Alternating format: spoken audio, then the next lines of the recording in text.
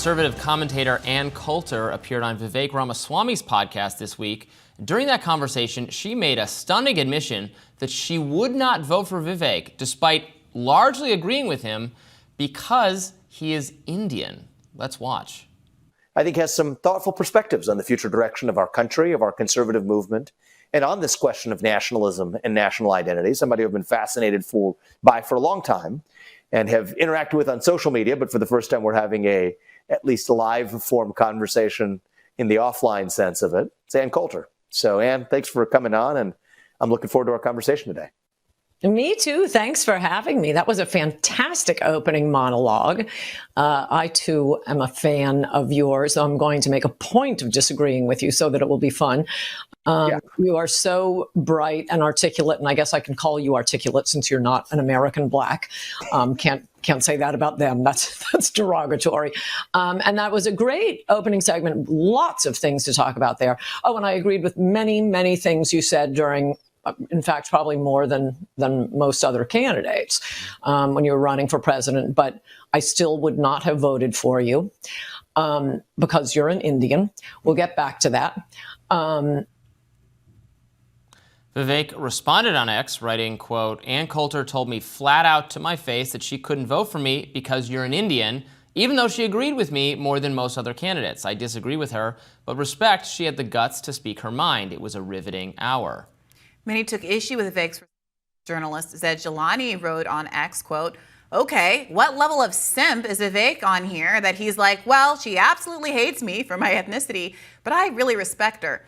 Journalist and CEO of Zato News wrote, quote, you respect that she was openly and crudely racist to your face? Sheesh, the things that brown folks will do to be accepted by the white supremacy wing of the GOP. That was Mehdi Hassan.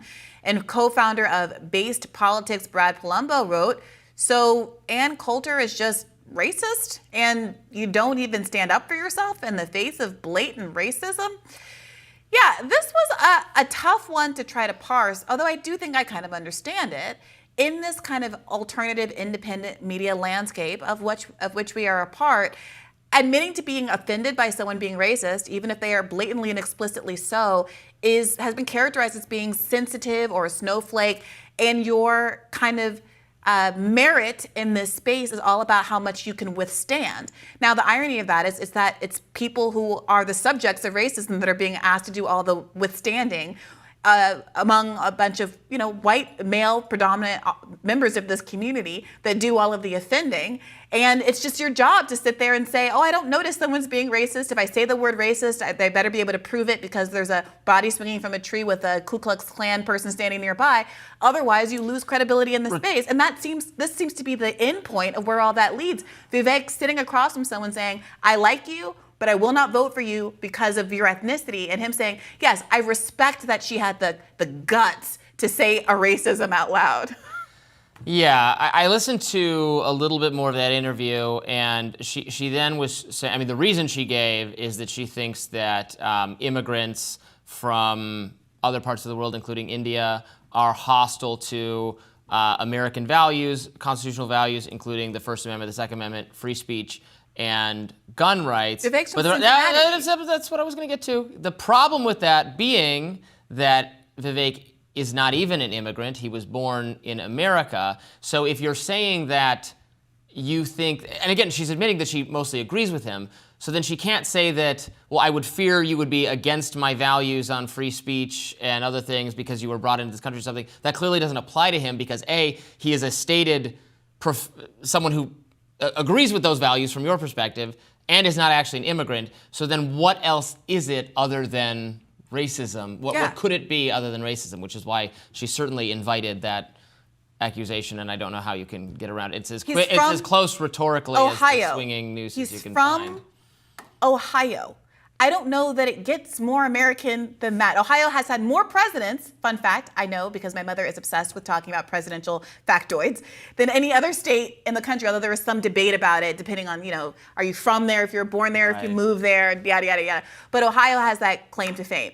So this is facially racist. And I got to tell you, I was reminded of something I experienced last weekend at the Due Dissidence conference.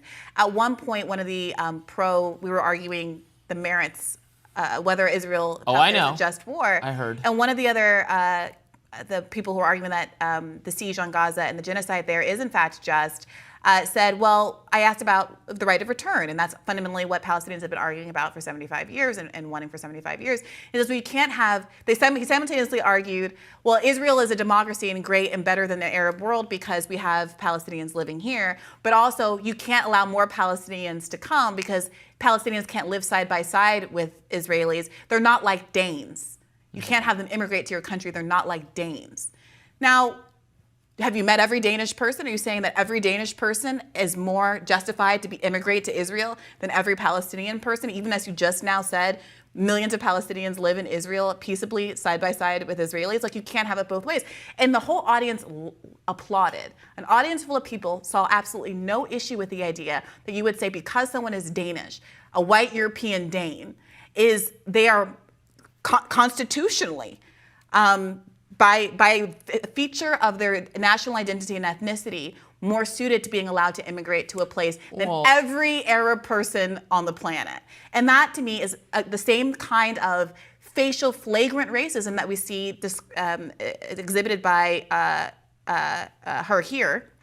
And the kind of which you hear in these kind of spaces all the time, that rarely gets any pushback, because if you push back against it, you're told it's not really racism, you're being melodramatic, there's other characteristics, or people start justifying why they do think Arabs are actually worse than other kinds of people.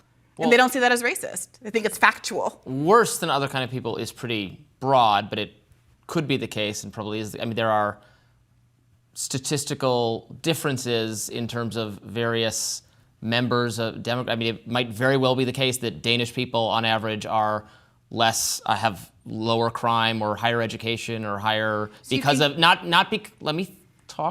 because that is racially specific or has something to do with genetics, but is the reality of that culture or part of the world that it has certain advantages that are pre-existing. It's not because it's inherited or biological, but that doesn't mean it is not true on average that a person of this ethnicity or national origin has X, Y, or Z traits more likelihood. Like, that is just true. That doesn't tell you anything about a person fitting that description, like what that person is, but on averages it doesn't tell you anything real. about that person is. So we're making immigration rules, judging individuals on the basis of whatever presumption I'm not making any immigration rules about the inherent violence of various kinds of people or the inherent negative qualities of various kinds of people. And that is called racism. That is called prejudice, when you prejudge someone on those kind of basis. And that's exactly what Ann Coulter just did to Vivek Ramaswamy, someone who she actually knows